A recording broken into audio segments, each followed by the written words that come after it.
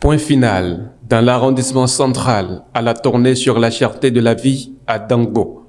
La démarche gouvernementale est ici applaudie, comme dans les 6 autres arrondissements de la commune. Certes, ils ont remercié le gouvernement de continuer dans cet élan, qu'eux-mêmes ils feront le nécessaire pour que la population soit informée davantage sur ce qui est fait, mais ils ont beaucoup insisté que le gouvernement, s'il y a de ces genres de mesures, vienne les informer pour qu'ils puissent être effectivement être au courant de ce qui se fait dans le pays.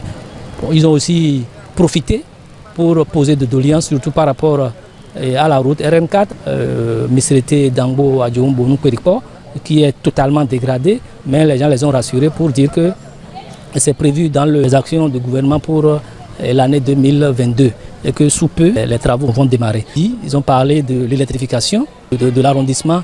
Il y a des coins qui sont très dangereux et qui ne sont pas du tout électrifiés. Il y a l'eau, la population aussi manque de l'eau potable, il y a des endroits qui n'ont pas du tout d'eau. Ils ont demandé que l'extension soit allée de ce côté-là et aussi profiter pour dire que le gouvernement les aide par rapport aux limites de l'arrondissement parce qu'il y a la population de Misrete qui vient chaque fois, disons, embêter leurs homologues de Dangbo. Mission bien accomplie pour le maire et sa suite. Je crois que c'est une sensibilisation réussie.